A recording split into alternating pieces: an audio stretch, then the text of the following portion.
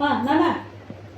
शिरडी प्रवेशमे सर्वचित्त परिहारं आतुरनेमि నిరుపేదలైననేమి భారతమాయి ప్రవేశమరణించిన నంతయే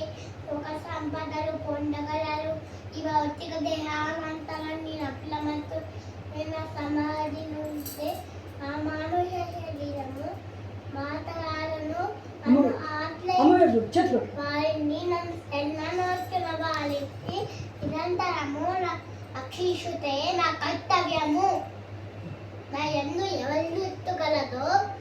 వారి ఎందే నా కటాక్షము కలదు ఈ భారములు మాపై